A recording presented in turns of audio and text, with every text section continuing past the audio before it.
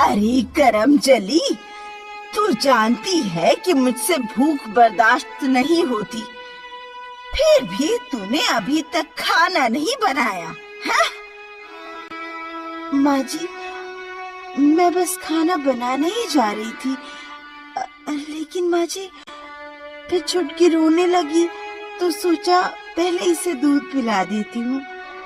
हम सब तो बड़े हैं, कुछ देर भूख बर्दाश्त कर सकते हैं, लेकिन ये तो अभी छोटी बच्ची है ना माँ जी, और छोटे बच्चों को भूख बर्दाश्त नहीं होती ना।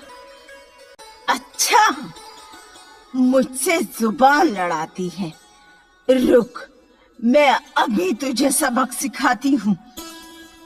ऐसा कहकर चंद्रवती ने छुटकी के मुंह से बोतल छीनकर फेंकी और उसने रोती हुई छुटकी को बाथरूम में बंद कर दिया।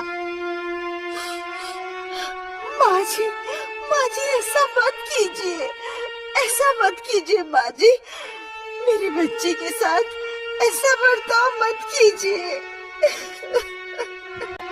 अब जब तक तू मुझे स्वादिष्ट मसालेदार मलाई कोफ्ते की सब्जी और देसी घी के पराठे नहीं खिलाती ना, तेरी ये बंदरिया ऐसी ही भूखी प्यासी बाथरूम में बंद रहेगी, तब तुझे समझ आएगा।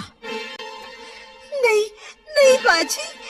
माँ जी, ऐसा मत कीजिए, वो छोटी सी जान है, ये सब नहीं सह पाएगी माँ जी।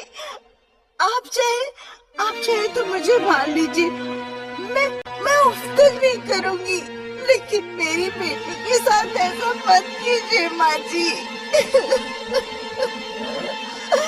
माँ जी, ऐसा मत कीजिए।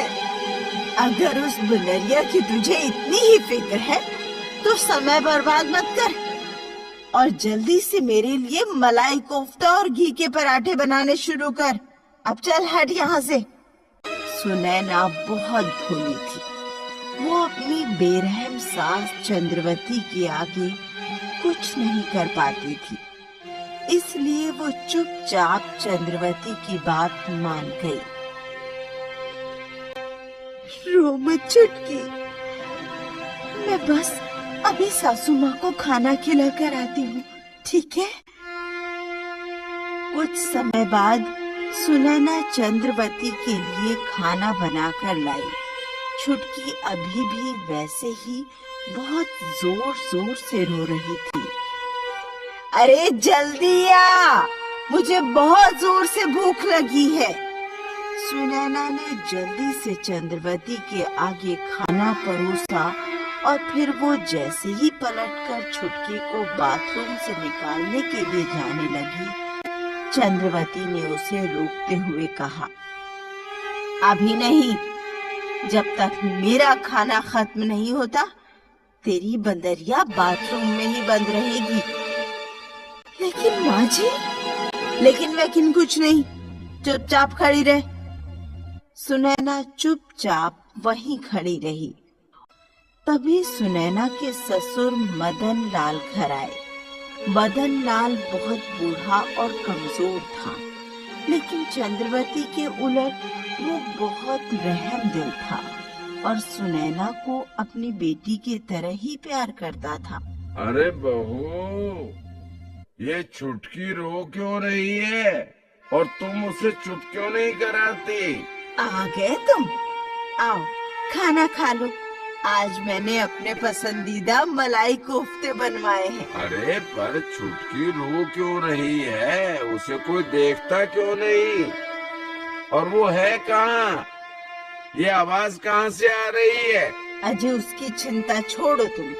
उसकी वजह से आज बहुत देर से खाना मिला है, इसलिए अब जब तक मैं खाना नहीं खा लेती वो बाथरूम में बंद रहेगी और कोई उसके पास नहीं जाएगा।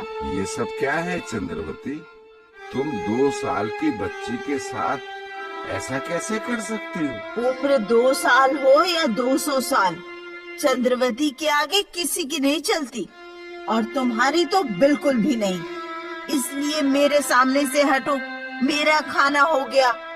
माँ जी, क्या अब मैं छुटकी को बाथरूम से अर्जी करूं?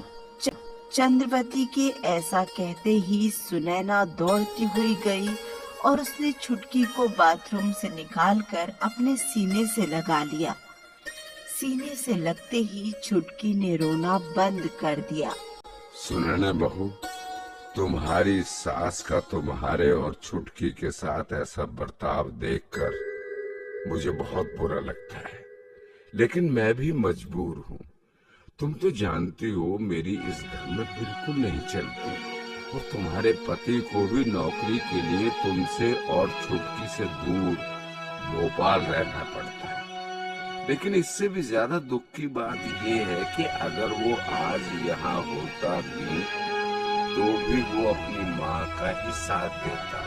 आप मेरी चिंता मत कीजिए ससुर जी, मैं ठीक हूँ। आप अपने स्वास्थ्य का ध्यान रखिए। अरे बहू, मेरे स्वास्थ्य की चिंता छोड़ो। मुझे तो इतनी बीमारियां हो चुकी हैं कि मैं आज नहीं तो कल इस दुनिया से चला ही जाऊंगा। मुझे तो तुम दोनों की चिंता होती है कि मेरे जाने के बाद चंद्रवती तुम्हारे साथ कैसा बर्ताव करेगी।